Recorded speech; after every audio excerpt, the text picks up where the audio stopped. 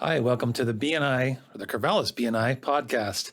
This is episode 3. I think we're doing pretty good. We're kind of getting our legs under us. Cruising. So I'm Scott Kemp with Cinematic Solutions, a member of Corvallis BNI, and this is Jesse Freebie of Good to see Corvallis you Custom. Yeah, thanks for helping out. Absolutely. So we got a great topic today, Open networking. open networking.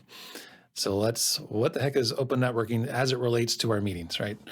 So open networking is the time that takes place in the first 15 minutes of the meeting. So typically we tell members and we tell the visitors that we invite that the BNI meeting, ours at least, starts at 7 o'clock. Right. And the first 15 minutes is going to be that open networking time. And the whole purpose of that time is to, connect with the members, to talk about the referrals that we are trying to pass to them, right? Maybe we haven't been successful. Maybe we have some follow-up questions that we need to relay before we actually make that introduction. And so open networking is an incredible time to do that because it's some one-on-one dedicated every single week to connecting with the members of our chapter. Right. It's also an excellent opportunity to set up one-to-ones, right? If you need to do a little bit more training with somebody, you want to learn about their business, you want to teach them about your business. Break out the phones, get the calendar. Yep.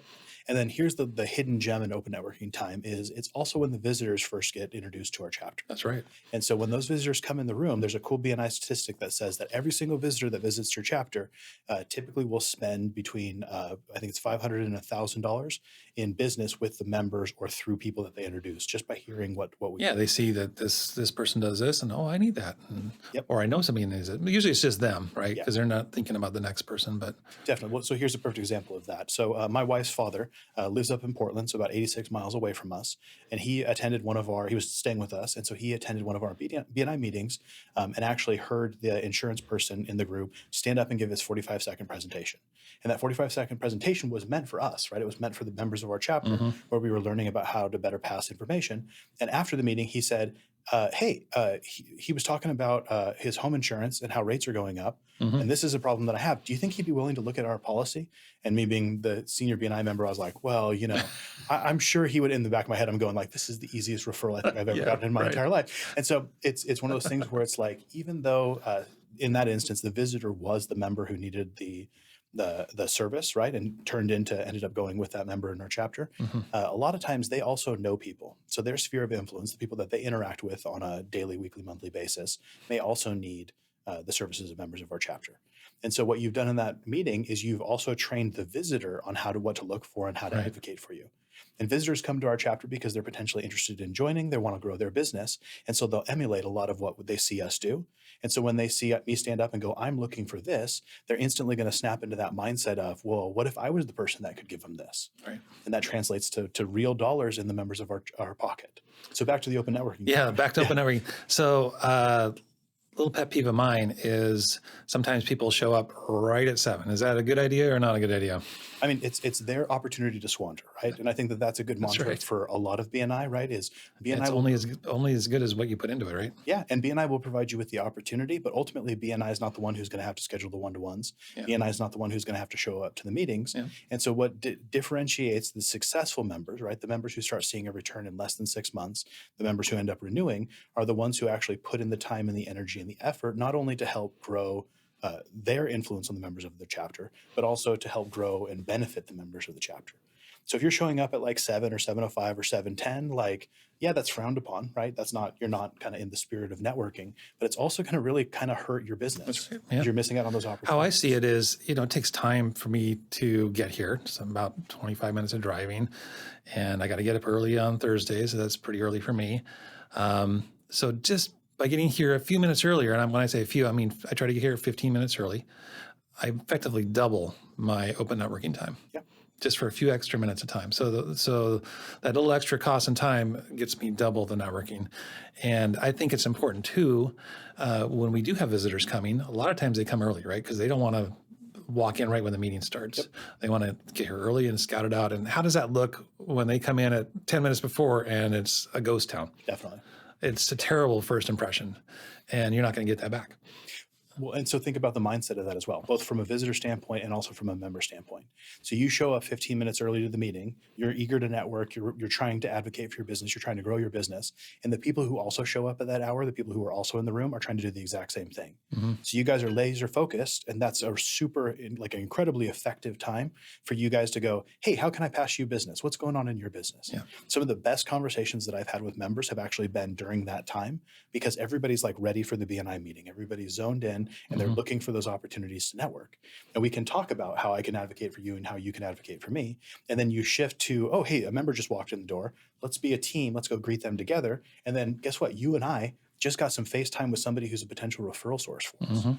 And if we're the only ones in the room because we showed up early, that visitor, one, got one-on-one time with the people that they were trying to be introduced to. It allows us to answer any questions they might have before the meeting, kind of prep them a little bit. They feel like they've got a buddy on day one because like they walked into the room and it wasn't like, oh, got to rush up to the meeting, haven't really chatted with anybody, not really understanding what's going on. Right. And so, one, we advocated for our businesses because we were there to advocate for our businesses. And we also potentially formed a new relationship with a visitor. Yeah. And I think one of the most important things to watch out for during this open networking time is, especially visitors, that they're not standing alone. Yes. I mean, that's just terrible, right? Yeah. They're like, I don't know anybody here. Everybody else seems to know each other, and they're kind of got their groups going. And what the heck am I doing here? So, I encourage people when you see a visitor by themselves, like literally power walk, get over to them, introduce yourself, learn about their business. You can talk about yours, and we can do some tips on that later on kind of how to do those introductions. But a quick one is usually ask questions that you want them to ask you, right? Yeah. Yeah. So. Yeah. Well, and remember, BNI is all about relationships, right? So if you ignore the visitor in the room, what tone are you setting for the relationship that they showed up at 7:00 in the morning to forge with you and the members of our chapter, and also that you ultimately are going to want from them if they're a member of they're a member of the community, right? Yeah. So you want to have a relationship with those people, and then also if they're going to be a member of our chapter, do you want to start that now and get a leg up, or do you want to start that when they apply for membership? So really think about it from a relationship standpoint too, right? Like if you ever see a member or a member too, but also like if you see a visitor or a member that's standing there like kind of off to their own, that's an incredible opportunity for you to go reach out to them and be like, yeah, and that hey, makes them feel good too, right? I mean, instantly you've built that relationship even stronger by, hey, I care about you and you're standing alone. Let's talk. Yep. And so that kind of goes into is what you don't want to do is just hang out with the same three people every open networking. That doesn't help anything, right? Yep. I always challenge myself, let's go talk to somebody I haven't talked to in a while. And if I'm there 15 minutes early, that's basically half hour open networking. I don't want to spend that with the same person for half an hour because that doesn't help.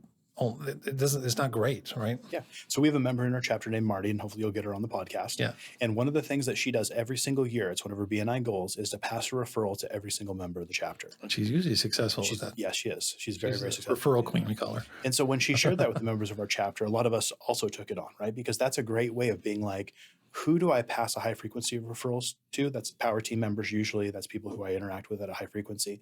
And what opportunities am I missing out on? Yeah. And so sometimes it's just scheduling that one-to-one. Like some of the most beneficial relationships that I've had in BNI have been the members that I was like, I have no idea how to pass business to you. I have no idea what you do. I don't know what your customer looks like. I've never used somebody in the category that you're in.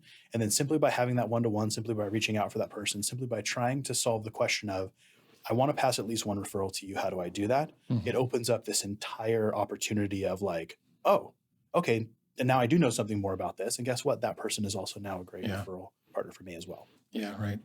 And so what are some tips? I know sometimes you're sitting there talking with somebody and you don't want to like break it off because you might think it makes them feel bad or, because if you leave, then they're standing by themselves. And so how can you what are some strategies of mingling without making people feel awkward?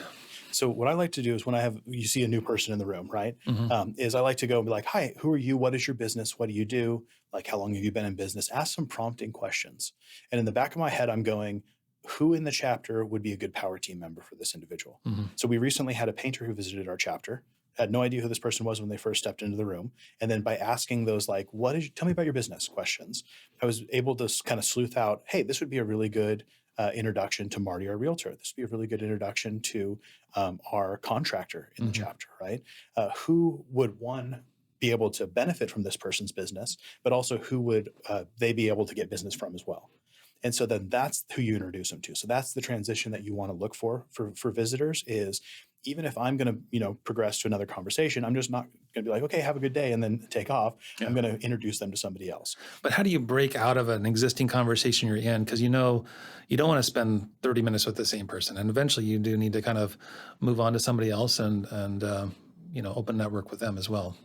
What's a good way You to got do to that? introduce them. You have to introduce them to somebody. You can't just like, okay, see you later and cold cut them, because again, that's not relationship building. And Okay. if you were that person, right, how's that going to make you feel as a member of Okay. our So if community? you're talking to a visitor, it's like, hey, let me introduce you to this person and get them talking. Then I'm gonna I So need to go do something else. Or what do you say? so What are you saying? That so how do so you what get I out of a conversation to move along? what I typically do is I will go. So in this case, I said, "Hey, I really need to introduce you to Marty. Marty's the realtor in our group. Tell them a little bit about Marty." It's exactly the same format as passing a referral, Hmm. but you're passing the connection to the person, right? Hmm.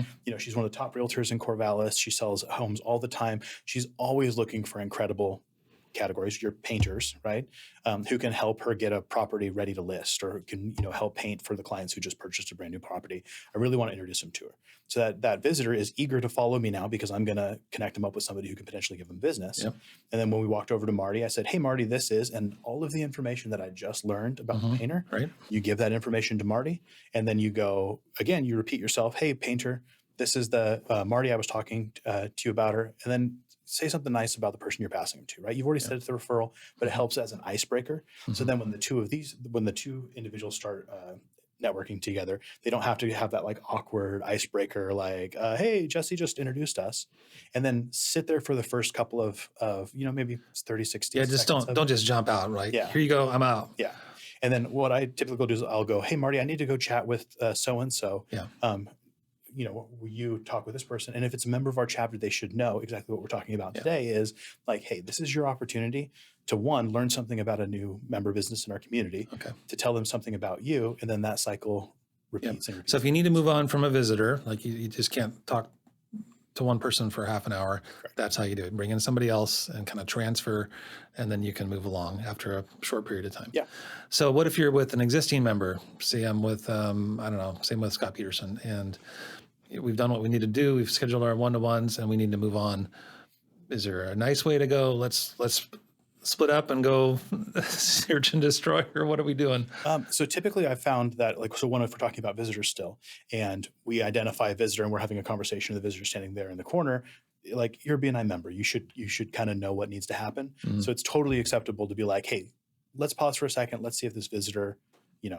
we can introduce them to members of our chapter." Pause that conversation, right? Right. You can pick it back up in a one-to-one. You absolutely should, or after the meeting or something like that. But like, we have a relationship, or you and Scott Peterson have a relationship. Hmm. Let's try to form a relationship with this new person that's coming in. If you see, where it's a member of the chapter, and so this is the more frequent one, is like, I'll be sitting and I'll be chatting with, the members that I'm passing business to, Hmm. just kind of catching up on the week and the business that we've passed.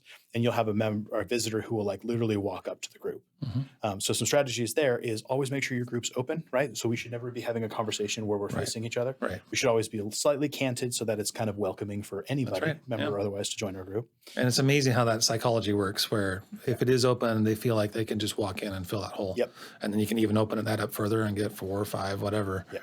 But yeah, if two people are close and they're facing each other, you don't feel like you can bust in and go, "Hey guys, what's up?"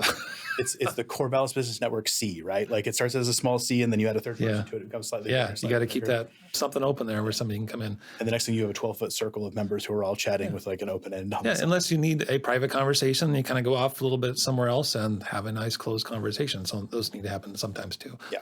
So But ultimately, during the open networking time, you're there to be connecting with members of our chapter, and then also to be connecting with the visitors. that Yeah. we have.